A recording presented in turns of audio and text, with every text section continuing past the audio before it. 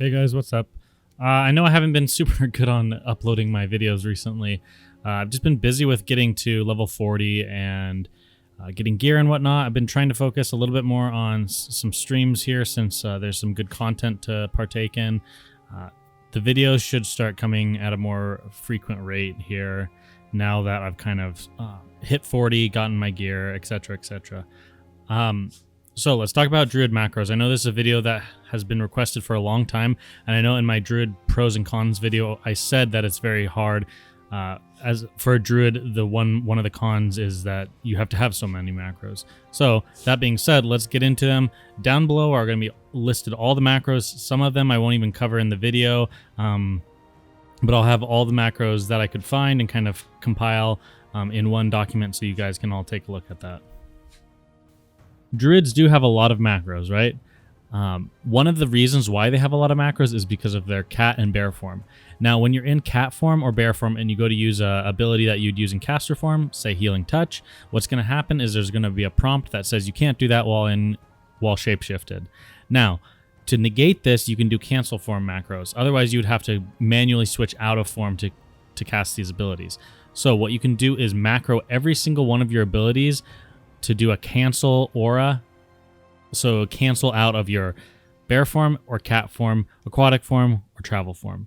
Now, what this will do is it'll cut down on the amount of buttons you have to click, more or less, because instead of now having to click cat form to leave cat form and then heal yourself, it can all be done with just your heals.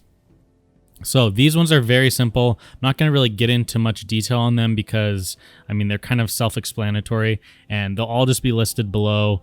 Basically, it's a show tooltip, the spell you want to use. So let's just go with healing touch, right? So it's show tooltip, healing touch, and then you're going to go /cast healing touch. Now, if you don't specify a rank, it's just going to use your greatest healing touch. So at my level at 40, my greatest is rank 7. So it'll just cast a rank 7 healing touch. So it'd be a show tooltip healing touch, and then it'd be a cancel form, and then it'd be a healing touch. So like I said, all those will be listed in the description below on the document. So moving on to the next one. Okay, let's talk Mouseover macros. So Mouseover macros are basically mousing over an enemy or a friendly target, and it'll cast the ability that you're choosing. So instead of having to manually click on a unit's frame or manually click on an enemy, it will just cast the ability on that target if you're moused over them. This can be very, very useful in PvP in terms of CCing people. You can use Mouseover macros for bear form charge. You can use it for roots. You can use it for abolish poison on friendly targets. Obviously, you can Mouseover macro all your heals. It's basically, you can get as crazy as you want, or you can have one or two Mouseover macros. I will say that it's very helpful in terms of quick abilities that you need to get off on a target without having to switch over.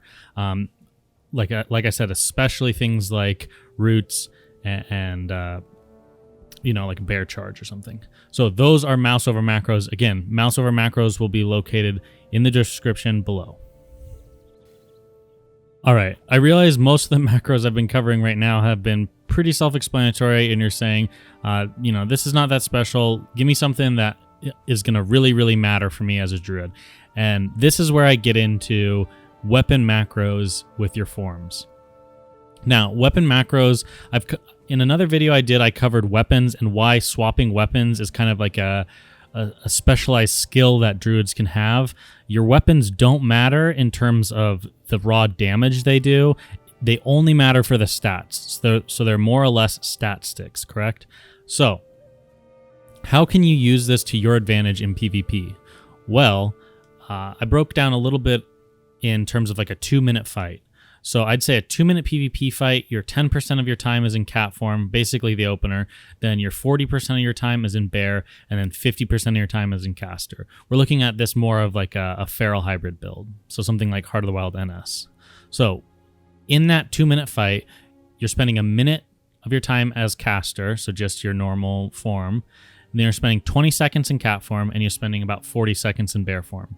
We're going to use level 40 for an example just because that's where we find ourselves today. So that's a 2k health pool. So if you're in caster form for 1 minute, we're going to roughly say that you've done 48 seconds of uptime on rejuvenation. Basically, rejuvenation is your bread and butter in terms of when you're kiting. You want to have rejuvenation ticking on yourself at all times, just because it's giving that health over time, and that's really, really impactful. So that would be 4 total rejuvenations for 80 additional health. And I'll explain this at the end. So with bear form, you're in bear form for approximately 40 seconds. And we're going to just assume that you take 1,250 physical damage. Now, in bear form, again, I'm going to cover this in a second. You're taking 37.5 less damage. And you're saying, how am I getting this additional HP from my heals, and how am I getting this additional reduced damage? Well, for no extra work, we're basically macroing into our heals, which would include rejuvenation, regrowth, and healing touch. We're macroing in our healing weapon and healing offhand. And I'll show those up on the screen.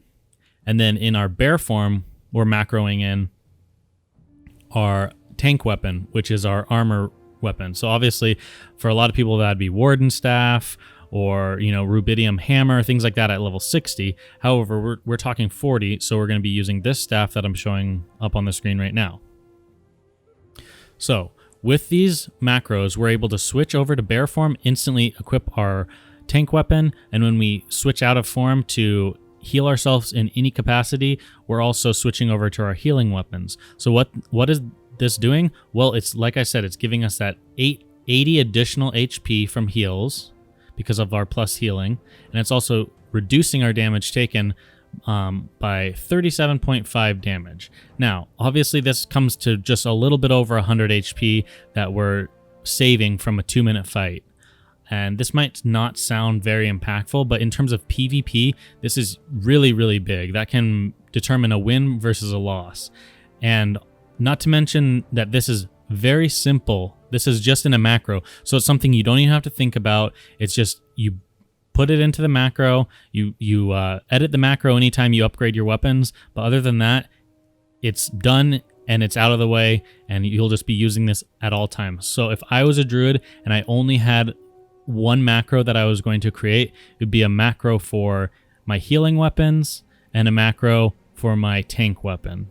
Now, obviously, I also have manual crowd pummeler macroed into my cat form. However, I didn't really factor this in because it's more subjective in terms of how much damage you do.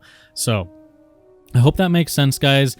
I think if you like I said, if you use any macros, this is so important as druid. It really adds to the class. It's basically like bread and butter, like a warrior having a shield and one-hander weapon swap macro. It's super important, super impactful, and it's going to save you mana, health, and it's going to allow you to do more damage. So hopefully that makes sense. Go ahead and leave me any questions if you have questions on how these macros work. But like I said, all the macros will be in the description.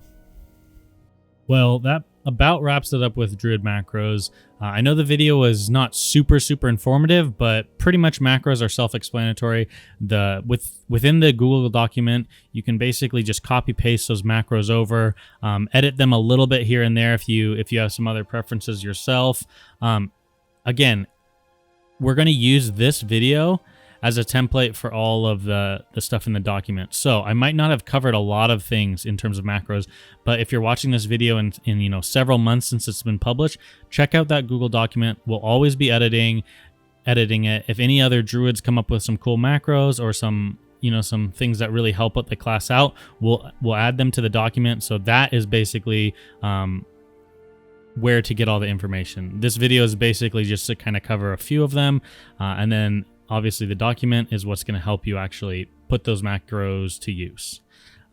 That's about it, guys. I hope you also enjoyed this background footage. We're level 40 here trying to complete the ZF quest. So we tried to skip as much stuff as we could and just get to the encounter on the stairs so we can get the rod quest done, and I can get that really nice leather headpiece that has 23 intellect, which at this level is crazy.